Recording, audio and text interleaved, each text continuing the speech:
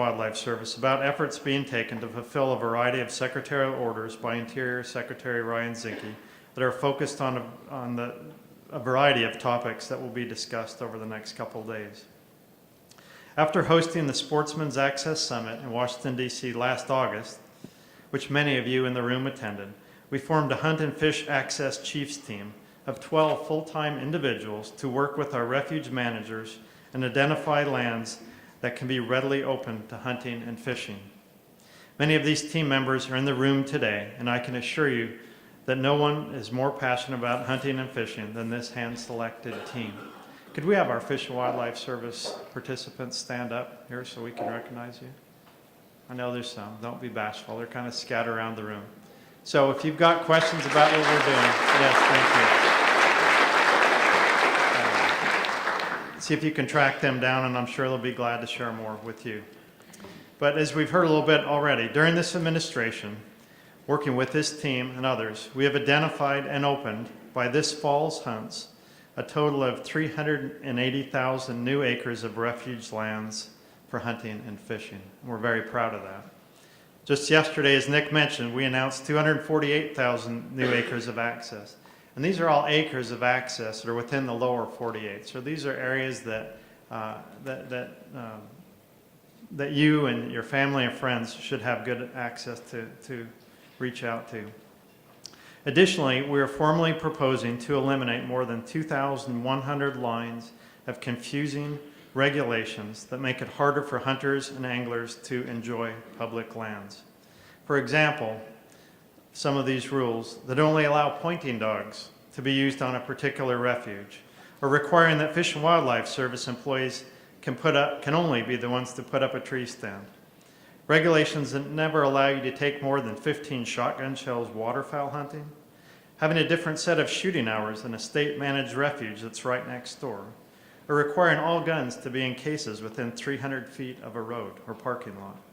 I could go on, but these are all examples of regulations that our refuge managers are glad to see going away, and I hope all of you are as well. These proposed rules and new Sportsman's Access are being published today in the Federal Register, and we hope to see formal comments of support from each of your organizations. I can assure you there will be many comments from those who would rather not that we don't change any of these regulations. So please make sure that you provide input into this process. We have created R3 programs in each of our 8 regional offices of the Fish and Wildlife Service, and we're piloting a network of 8 outdoor skills centers designed to recruit, retain, and reactivate hunters and anglers. To further our conservation commitment, Secretary Zinke signed Secretarial Order 3362, designed to improve habitat in western big game range and migration corridors. This order will catalyze the efforts of the service and other DOI bureaus to work with states to identify migration habitat for mule deer, antelope, elk, and other species, and to facilitate the migration of these herds across the patchwork of federal, state, and private lands. Additionally, after Secretary Zinke convinced Congress of our massive deferred maintenance backlog, they appropriated an additional $50 million this year for the Fish and Wildlife Service for deferred maintenance needs. We are prioritizing those dollars first to address projects that will improve hunting and fishing access. Roads, trails, bridges, boardwalks, parking lots, and more are on top of our list, as well as hatchery repairs to help grow and stock sport fish for our anglers. But federal funding, improved sportsman's access, and regulatory simplification are only pieces in the bigger conservation puzzle. Unfortunately, as we are previewing the sales of guns and ammunition, we see that this year's sales numbers are already down about 30% versus last year's. This loss in wholesale and retail sales numbers dramatically impacts our industry partners who fearlessly promote the sales of equipment that keep our sportsmen and women excited about the hunts as they prepare to head out into the field each year. Many of these manufacturers and retailers are here today, and we need to ensure at this conference that we listen carefully to their messages for us all, since they are among the first to contact our sportsmen and women.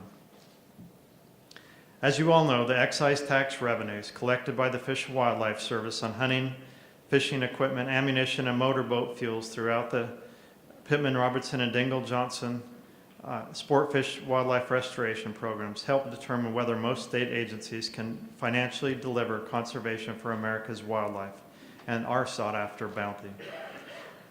We have not done a good job of selling the importance of this conservation model to the public and most Americans. This is a conservation model envied throughout the world. I have talked with leaders of wildlife agencies now from many nations and can personally testify to that. And in fact, when our society does not understand these conservation contributions of gun ownership, they are not impeded as they push for gun control measures as a solution for many of our nation's other societal challenges.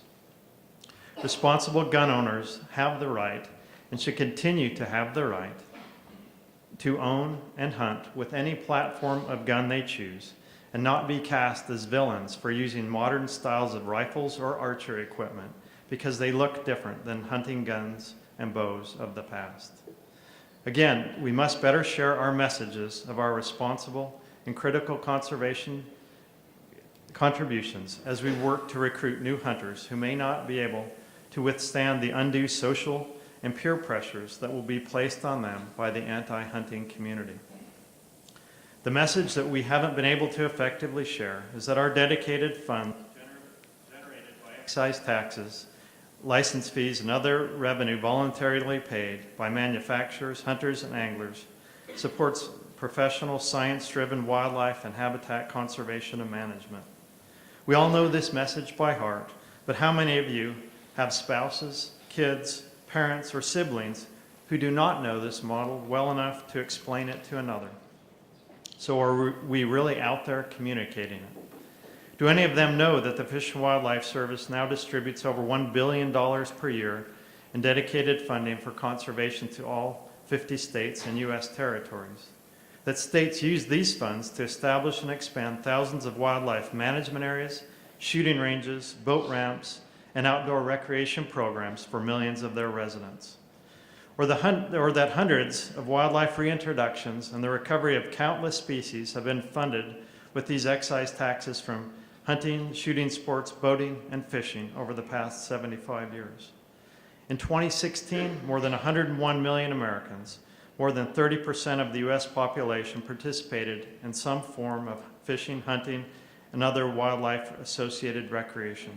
And in doing so, we spent an estimated $156 billion on equipment, travel, and license fees.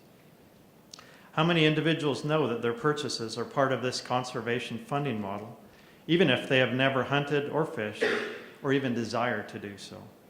Here's one thing that we do know. 8 in 10 Americans live in urban or suburban settings, and that percentage is growing. Despite our past efforts, more and more Americans aren't connected with hunting or fishing the way their parents or grandparents were. I am, however, optimistic because I believe that the nature of mankind is hardwired to hunt and fish. Some percent of our population has it in their DNA and will always look to pursue their own food and protein. Our challenge is finding these individuals and igniting that innate desire, providing mentorship and opportunities to allow those participants to become self-sustaining as sportsmen and women, much the way Bob has been able to do with his daughter, and we're very proud to hear that. I believe we can and will succeed. Following the lead of our conservation groups and state wildlife agencies at the Fish and Wildlife Service, we have fully embraced the R3 movement of recruitment, retention, and reactivation of hunters and anglers. This year, we have mapped out more than 400 recruitment and retention events to help women, youth, veterans, disabled citizens, inner-city residents, and others discover and reconnect with these passions. We're collaborating with partners and outside vendors to make information on hunting, fishing, and outdoor recreation more accessible to the public. And for this, I'm very proud of where the Fish and Wildlife Service team is headed.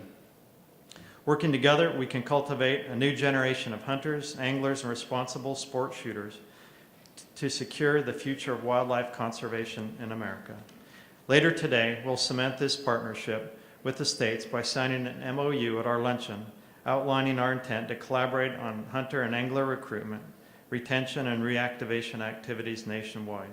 Proud to have had a hand in strengthening our relationship, and I know our employees are eager to work with all of you to reach more Americans of all ages, genders, races, and backgrounds, and get them out hunting and fishing in the years ahead. Our challenges are real, but I believe that all of your efforts will make us successful. A favorite quote of mine by Nelson Mandela goes, "It always seems impossible until it's done. Now let's go get it done." Thank you all again for your hard work and support of our team at the Fish and Wildlife Service. Are honored to join you in this effort. Thanks.